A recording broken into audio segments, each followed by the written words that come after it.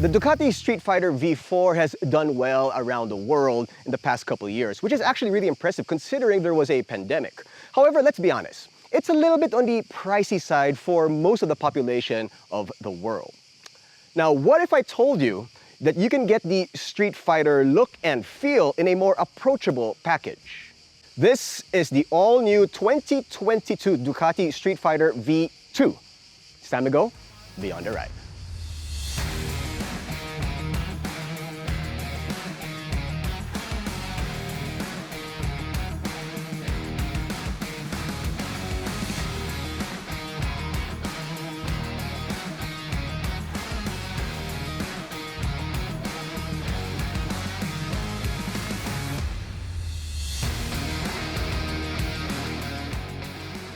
The bike is powered by a 955cc L-twin engine that makes 153 horsepower and 101 newton-meters of torque. Stopping power is provided by semi-floating 320mm discs with Brembo calipers for the front and a 245mm disc with two piston calipers for the rear. Of course, you get Bosch cornering ABS. Keeping bumps at bay at the front, you get a fully adjustable Showa 43mm inverted fork, while at the back, you have a fully adjustable Sachs shock. The front tire is 120 by 70 on 17, while the rear is 180 by 60 on 17. They are wrapped with Pirelli Diablo Rosso 4s. Now, the first thing I noticed with the V2 is that it does not have wings, which honestly, you don't need the wings to keep the bike down with this motorcycle, unless, of course, you are using it on the track.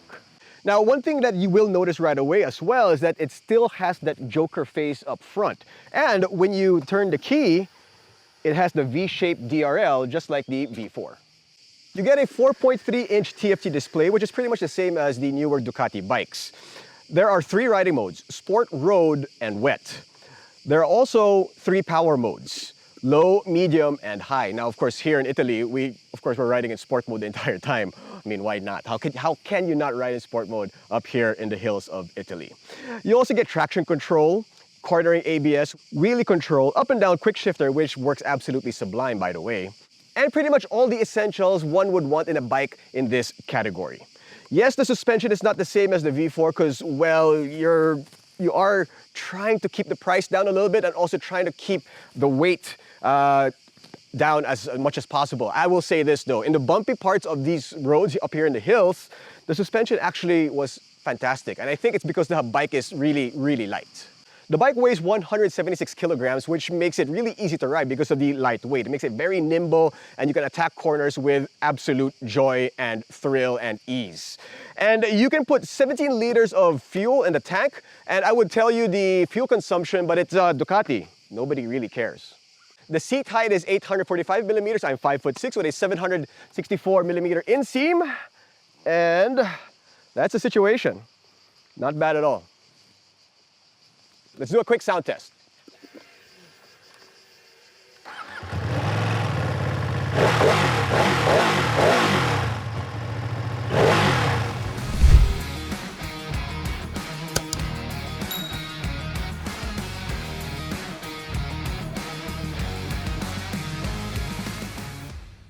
Okay, so I know what some of you guys are thinking. Why get the V2 if you can get the V4?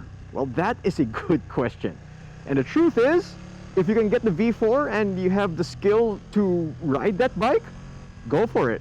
It's an awesome machine. This is just a little more made for the town. Something you can ride around the city with, but when you want to, you can still have loads of fun in the country roads, in the twisties, or especially even the track. Honestly, the ergonomics feels very similar to the V4, but the bike is just not as powerful. This, in a way, is a more rider-friendly motorcycle. It's easier to ride, maybe a little similar to the new Monster.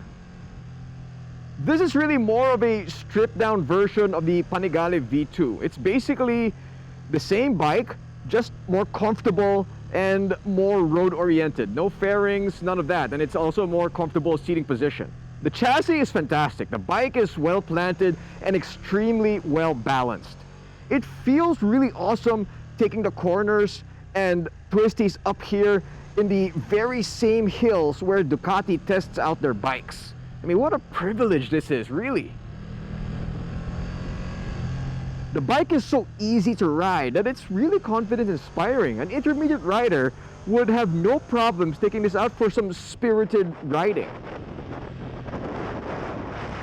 I really love these small towns up here. I kind of want to stop and have coffee with the locals. Just like the V4, no fuel gauge. Oh well, I guess I kind of expected with these type of bikes. Now with the V4, sometimes I feel like I kind of need to tame it a little. This, I kind of want to play and open her up a little bit more. It's definitely much more manageable. That old saying that it's more fun to ride a slow bike fast than a fast bike slow is true. Now, when comparing this to the V4, except that this isn't a slow bike. Sure, it's not as powerful as the V4, but I don't think the word slow goes with Ducatis. So maybe I can change that saying to, it's more fun to ride a not as fast bike fast than it is to ride a faster bike not too fast. Not sure if that makes sense. I really like this bike. I honestly thought that knowing there is a V4 out there, I would think less of the V2, but the truth is I actually feel like I can ride this more than the V4. In a way, this is actually more engaging. This makes more sense than a street bike with 200 horsepower. It's more sensible. Do you really need more than 150 ponies out on public roads? The truth is probably not. The gearing of this is shorter as well, and the quick shifter is butter, so you can speed up in no time.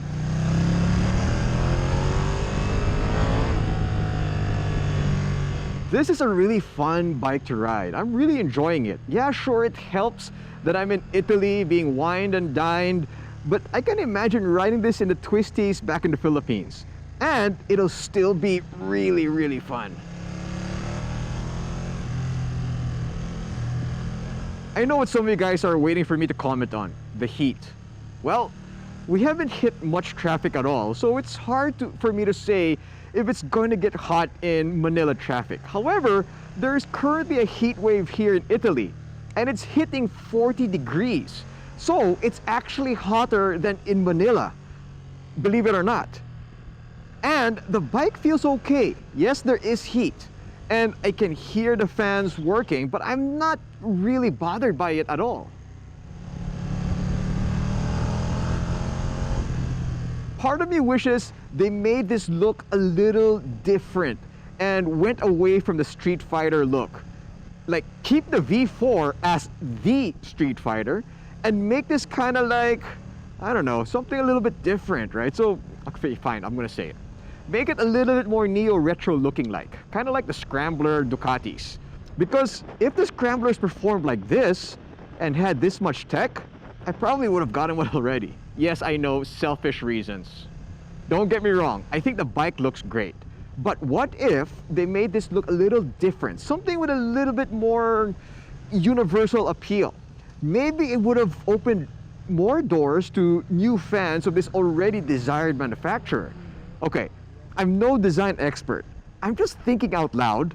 And the reason why I'm thinking like that is because it has its own characteristics and identity that are different from the V4.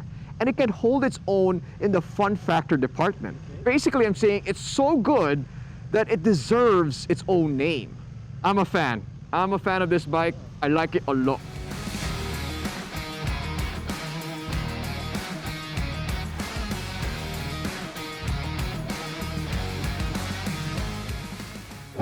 So in conclusion, yes, it is not the V4, but you know what? The V2 can hold its own. I mean, it is nimble, it is fun, it is a Ducati at a more approachable price tag, and even a little bit easier for, I guess, riders who are not as experienced, who probably should not ride the Streetfighter V4. Now, I wish I could tell you the price of the bike in the Philippines, but unfortunately, we don't know yet. It is brand new. So hopefully, when I get home, we'll get that information and we'll put the graphic right here. Now, for more information about this bike and other MCs out there, log on to www.motodeal.com.ph. This has been Jinno. Hope you guys enjoyed going beyond the ride.